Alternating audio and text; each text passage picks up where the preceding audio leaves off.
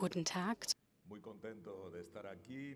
Mi agradecimiento más profundo Ich a freue los mich sehr, hier zu sein organizadores de esta conferencia Rosa Luxemburg. und freue mich, hier Es auf ya der la Rosa-Luxemburg-Konferenz zu tercera sein. vez, creo, Es que ist intervengo en esta conferencia y siempre es un gran placer estar aquí. Muchas gracias. El tema que quiero abordar aquí, como saben, el tema de mi ponencia, el título es un texto escrito por razones de traducción, ¿verdad? Yo no acostumbro a hacer conferencias leídas, pero para la traducción es más eficaz. El título es Estrategias de la nueva extrema derecha para conquistar el poder. El asalto al Capitolio en Washington el 6 de enero del 2021 constituye un parteaguas en la historia de la democracia moderna. Hay un antes y un después en el estudio de las patologías contemporáneas del sistema democrático. Aquí, ahora, vamos a analizar un acontecimiento preciso, que es el asalto al Capitolio, ocurrido en un país determinado, Estados Unidos de América, y en un momento concreto, el final del mandato del presidente republicano Donald Trump.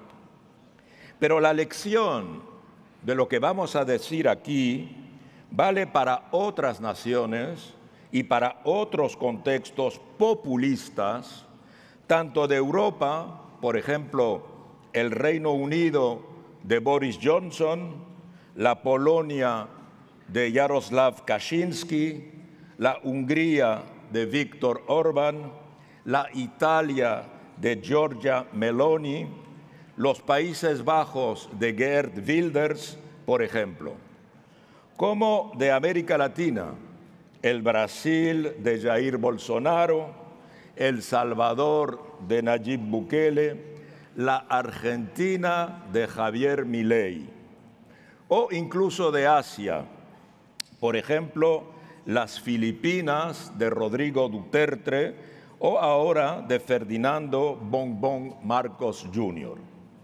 En todos estos casos que acabo de citar, en el centro está un líder, un jefe, un guía. El modelo de esta nueva extrema derecha es Donald Trump, quien se define como un líder carismático, un jefe mesiánico elegido para rescatar a Estados Unidos. Trump manipula la verdad, usa el poder de los símbolos. Trump domina el espacio público y convence a sus seguidores a base de una relación directa entre el líder y el ciudadano o la ciudadana vía las redes sociales, de que su gobierno es el gobierno, entre comillas, del pueblo para el pueblo. Trump denuncia el establishment y las élites políticas. Trump se presenta como el salvador, el refundador de la patria. Trump formula eslóganes simples, concretos, conmovedores, salpicados a menudo de racismo y de machismo.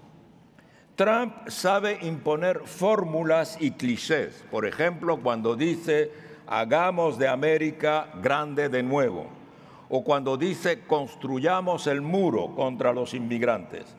Fórmulas que sus fanáticos repiten como mantras, lo cual impide todo pensamiento autónomo o cualquier cuestionamiento crítico. Trump desea ser un mito que dirige el país envuelto en una aureola de narcisismo, endiosamiento y veneración pública. Una frase de Trump es esta, él dice, yo podría disparar a alguien en la Quinta Avenida y no perdería votos. Con un lenguaje impactante y confuso, Trump sabe oscurecer las verdades para dividir a los ciudadanos entre un nosotros y un ellos, e inculcar una ideología de que el fin justifica los medios. Trump no tiene reparos en estimular los delitos de odio. Más que un líder político, Donald Trump funciona como un profeta, un iluminado, un elegido de Dios. Trump consigue que millones de personas se subyuguen libremente a él, acepten su dominio y se entreguen a su voluntad absoluta. Los partidarios de Trump se han convertido en una auténtica secta.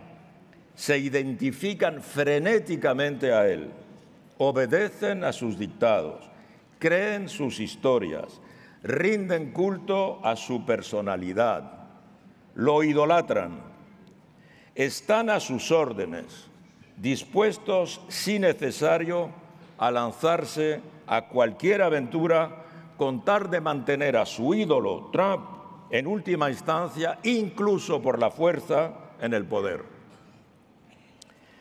A propósito del asalto al Capitolio, debemos entender las circunstancias culturales que lo motivaron. Debemos tratar de responder a las siguientes preguntas. ¿Qué tenían en la mente los miles de trumpistas fanatizados cuando se lanzaron al ataque del Capitolio? ¿De qué relato pensaban ser los protagonistas? ¿Qué responsabilidad tenían las redes sociales en ese asalto? El principal objetivo de esta ponencia, de esta conferencia, es intentar contestar a esos interrogantes, aunque también vamos a tratar de examinar la crisis global de las sociedades que está provocando el nuevo sistema desinformativo de las redes sociales. O sea, los efectos en la gobernabilidad política de la progresiva conversión de las mentalidades al culto de la mentira. Una de las principales razones, pienso, del debilitamiento de la democracia es un cambio profundo que se ha producido en la forma en la que nos comunicamos y en la forma en que consumimos información. En los primeros días de Internet, cuando apareció Internet, había una gran alegría en todos nosotros porque pensábamos encontrar nuevas formas de conectarnos, de comunicar y de organizarnos. Pero eso ha cambiado mucho en el curso de estos 30 años. Aunque para muchos de nosotros la búsqueda de noticias en las redes sociales sigue siendo una ventana que abre sobre el océano infinito de Internet. Pero esa ventana tiene ahora los cristales sucios y ofrece una visión desformada de una realidad saturada de fake news, de mentiras y de manipulaciones. La información que todos nosotros consumimos está impulsando la polarización política. Una parte del país desconoce radicalmente a la otra parte. Los efectos nocivos de eso son consecuencia de que millones de personas se conectaron repentinamente a un flujo de información global instantáneo y permanente. Y nuestros cerebros no están acostumbrados a recibir y a procesar tanta información tan rápidamente.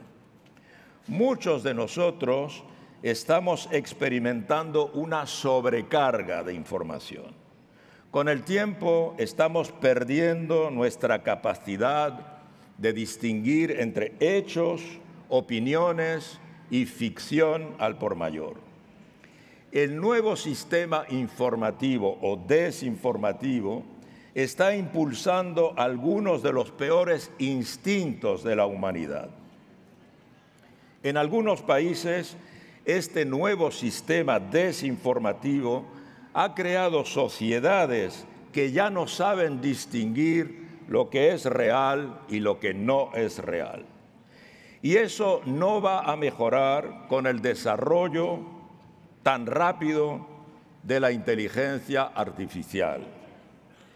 El flagelo de las falsedades en línea está erosionando los cimientos de la democracia. Y repito, eso va a ir a peor.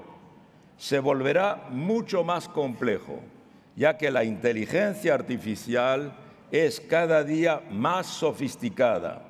Eso provocará que cada vez sea más difícil detectar las falsedades, las teorías conspirativas, las manipulaciones y la desinformación. Por otra parte, la crisis global del capitalismo neoliberal, sumada al desconcierto que provoca la aceleración de las tecnologías de la comunicación, está abriendo un período sin precedentes de inestabilidad social, de extrema polarización y de gran confusión política. La desconfianza en el sistema dominante y las frustraciones creadas por 40 años de ultraliberalismo no cesan de extenderse. Muchos ciudadanos, ahora también desde la derecha, están buscando alternativas antisistema. La subida de las nuevas extremas derechas se inscribe en este clima de descontento general, marcado también por la polarización, la subida del odio, la intolerancia social, las obsesiones complotistas y la violencia discursiva. El delirio paranoico verbal de Donald Trump, sus mentiras constantes, aceleraron un fenómeno político muy contemporáneo del que no ceso de hablar: la polarización social extrema, el aumento de la intolerancia, el auge de la confrontación violenta y la invocación del odio como discurso dominante. Hoy el odio circula por nuestras sociedades, fluye por todas partes. El odio no es exclusivo de un partido o de un dirigente. Es una emoción fuerte, tan humana, tan ciega, tan obsesiva como el amor, como el miedo, como la codicia o como la envidia.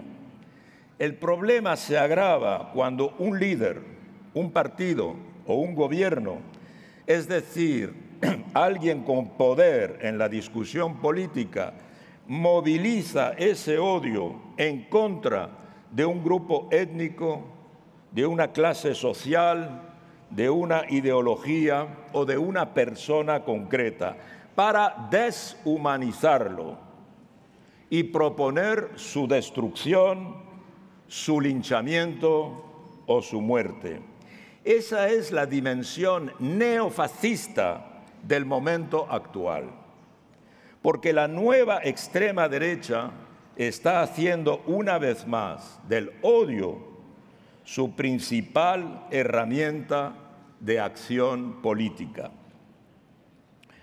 Lo ocurrido en Washington aquel miércoles 6 de enero del 2021 se puede reproducir mañana con características semejantes en otras latitudes, como ya vimos que ocurrió en Roma, en Ottawa y en Brasilia hace un año. Nuestro propósito es alertar contra semejante peligro. Las creencias complotistas se han extendido de tal manera que afectan hoy a todo tipo de personas, sea cual sea su clase social su cociente intelectual o su nivel de estudios. Por eso, para muchos ciudadanos, la pregunta pertinente ahora no es ¿qué pruebas científicas hay de que tal cosa sea así? La gente ya no pregunta eso.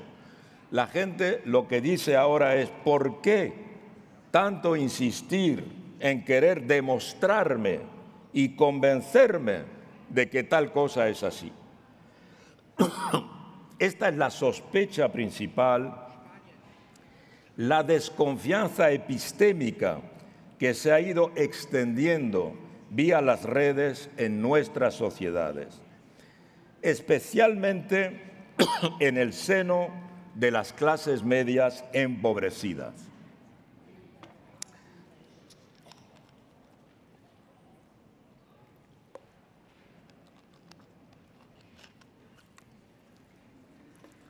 Especialmente en las clases medias empobrecidas por 40 años de políticas neoliberales. Es decir, el núcleo más enfurecido, más desesperado y más fanatizado del electorado de las nuevas extremas derechas. Es como actualmente, como si asistiéramos a la inversión de aquella célebre frase atribuida a Joseph Goebbels, según la cual una mentira repetida 1000 veces se convierte en verdad. Hoy, muchos activistas de las redes conspiracionistas consideran al revés, que es una verdad repetida 1000 veces, probablemente es una mentira. Antes era una mentira repetida 1000 veces, se convierte en verdad. Hoy la gente piensa, la nueva extrema derecha piensa, que una verdad repetida 1000 veces es probablemente una mentira. Esto es fundamental. En la historia de la comunicación, esto es una revolución copernicana. Y en la historia de las ideas es hacer que la mentira tiene ahora la fuerza de la verdad. También hay que decir que todo esto se produce en plena crisis de la racionalidad moderna, en medio de una suerte de reacción individual y salvaje a la aplastante dominación de las tecnociencias en nuestro entorno. Ciencias y tecnologías que, por otra parte, se muestran incapaces de proponer soluciones a algunos de los problemas más punzantes que conocen las clases medias: el desempleo, el empobrecimiento, los desahucios, la precariedad, la marginalidad, la exclusión y, sobre todo, la amenaza de un inexorable desclasamiento. Mucho más hoy, cuando en un contexto de aumento de las desigualdades y de crisis de las organizaciones sindicales, el nuevo capitalismo digital está imponiendo como norma de empleo el modelo Amazon. Y también el mito del autoemprendedor y el imperativo del rendimiento como nuevo mandato de la sociedad del trabajo posmoderno, que crea personas obsesionadas por el esfuerzo que libremente se imponen una severa autoexplotación voluntaria, lo cual genera individuos hartos de una continua guerra consigo mismos, hiperactivos, agotados y deprimidos, que acuden ansiosos a los ansiolíticos como a una tabla de salvación. En estos últimos 40 años de neoliberalismo, miles de familias se descolgaron de la clase media a causa de la tragedia social causada por los recortes de la globalización. Aunque para algunas familias el desclasamiento todavía no es real, todas las clases medias, en particular en Estados Unidos, en Europa, en Argentina, en muchos países, todas las clases medias lo viven como un peligro inminente para sus descendientes, sus hijos o para las generaciones futuras. Tienen miedo que sus hijos o sus nietos ya no puedan reengancharse al ascensor social. Inútil decir que la confianza de estos desclasados en el ideal de la posguerra europea de movilidad social hacia arriba se ha evaporado. Estas clases medias sufren ahora una pérdida de su identidad. Muchos piensan que las minorías étnicas, afrodescendientes, latinos, asiáticos y los inmigrantes están demasiado asistidos sin merecerlo. Y el malestar de estas clases medias se agudiza cuando estiman que la llegada permanente de nuevas mareas de inmigrantes de África, de Asia o de América Latina acarrea, entre otras consecuencias, nuevas reducciones de sus salarios. Donald Trump, precisamente, propuso durante su campaña electoral de 2016 una lectura identitaria, racista y anti-inmigración de la situación de esas clases medias.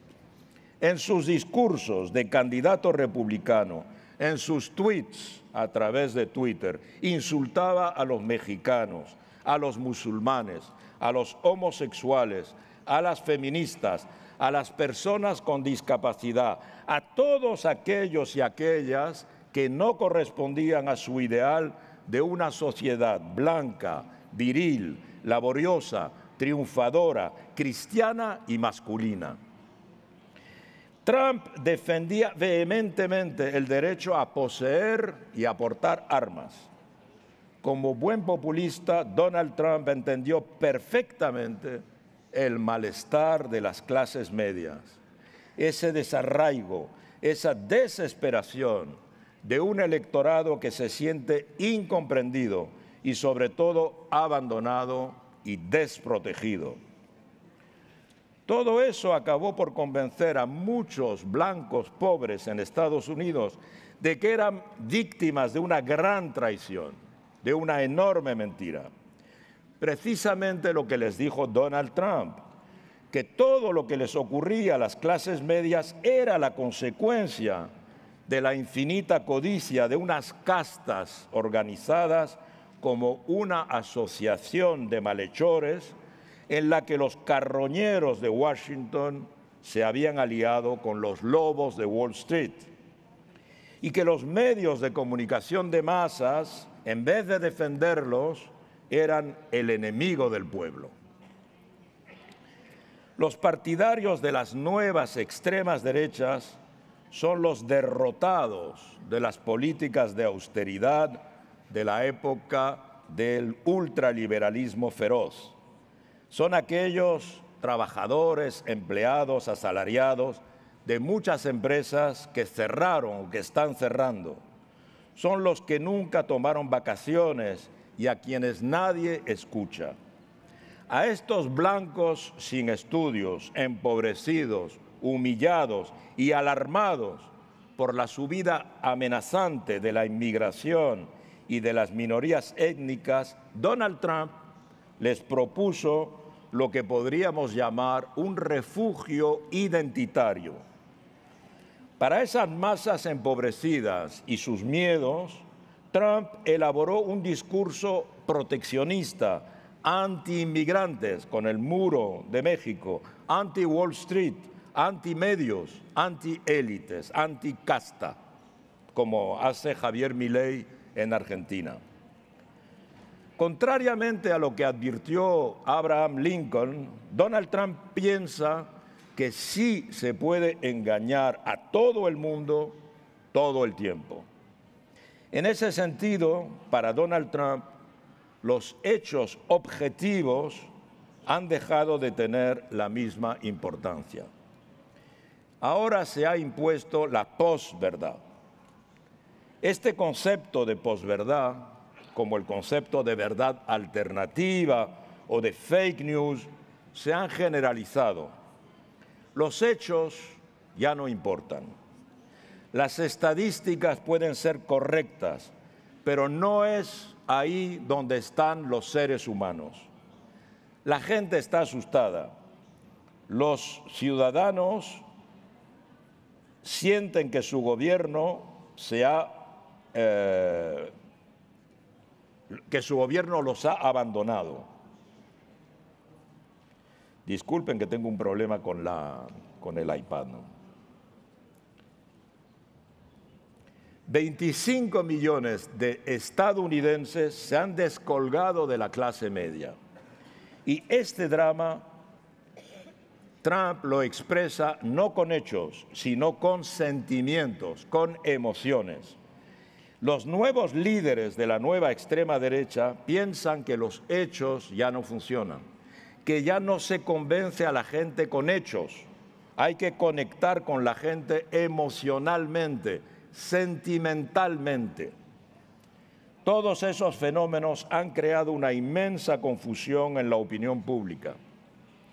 Golpeados por el cataclismo social, asustados por la pandemia de COVID-19, aterrorizados por las guerras cercanas de Ucrania y de Gaza, muchos ciudadanos de la clase media no encuentran certidumbres ni explicaciones a su situación, a su desgracia. Hoy, el sentido de la pertenencia a un grupo es más fuerte que los hechos. Cuando interactuamos en las redes, es como si escucháramos a los hinchas de un equipo contrario en un estadio de fútbol. Cuando estamos con nuestros propios compañeros fanáticos, en las redes estamos conectados con nuestras comunidades y buscamos la aprobación de nuestros compañeros con ideas afines. Nos vinculamos con nuestro equipo, gritando o insultando a los fanáticos del otro. No estamos ahí para matizar, para argumentar, para conversar, para tolerar. Estamos en una lógica de choque frontal. El mismo razonamiento que difunden las redes evidentemente es extremadamente peligroso, es peligrosísimo. Constituye la base del fanatismo y tiende a desembocar de una manera u otra en la agresión y en el crimen de odio. Con todo esto, hay lugar para el optimismo. Bueno, debemos recordar que la invasión del Capitolio fracasó. La democracia en Estados Unidos resistió. La victoria electoral del demócrata Joe Biden pudo ser declarada oficialmente. Pero las redes sociales siguen difundiendo 24 horas al día, 7 días por semana, embustes, mentiras y teorías conspirativas. La guerra civil cultural es más intensa que nunca. En Estados Unidos, los votantes republicanos siguen en su mayoría sin reconocer la victoria de Biden, aún hoy día. Su mentalidad no ha cambiado y pese a la tentativa abortada de golpe de Estado, Donald Trump no ha dado su brazo a torcer y amenaza con regresar al poder. Por eso, todos nosotros, nosotras, debemos seguir muy atentamente este debate. Nuestra obligación, nuestro deber, no solo es de resistir, sino de combatir. Debemos combatir estas ideas de la extrema derecha y debemos vencerlas. Muchas gracias. Gracias.